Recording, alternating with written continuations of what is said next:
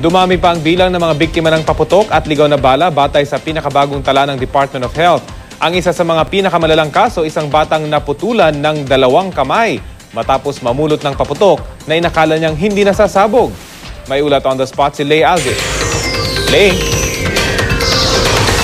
Rafi, sa pinakuling tala ng Department of Health, umabot na sa 933 ang bilang ng firework-related injuries. Mas mataas ito ng 2% kumpara sa parehong panahon noong nakarang taon. Period covered ay mula December 21 hanggang January 3. Pinakamapinsala ang ipinagbabawal na pikulo. 354 ang naputukan ng pikulo. 70 naman ang bilang ng mga kaso ng stray bullet.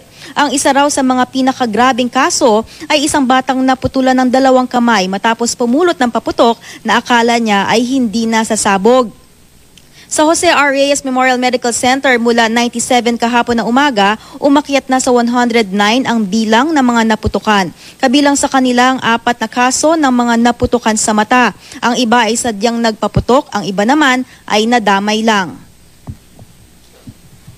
Hindi man ako nagpapaputok, nakita ko lang kung dahil kasi di pumutok eh. Nakita ko lang kung na hindi pumutok kasi kaya sinadyan ko ulit. Dahil sinadyan ko talaga yun, hindi pumutok. Inulit ko lang ulit. Diyan sumabog. May naglalaro po mga bata ro sa gilid namin. Bigla sila lang takbuhan, hindi ko naman akala natin takbuhan. Bigla lang may sumabog, yun naman tamang limong ko. Yung may dumapli sa mata ko.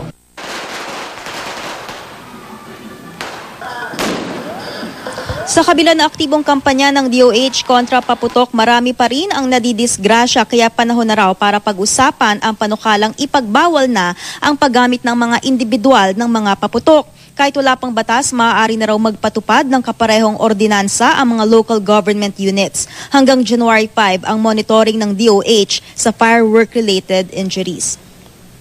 At yan muna ang pinakasariwang balita mula rito sa DOH. Rafi? Maraming salamat, Lay Alvis.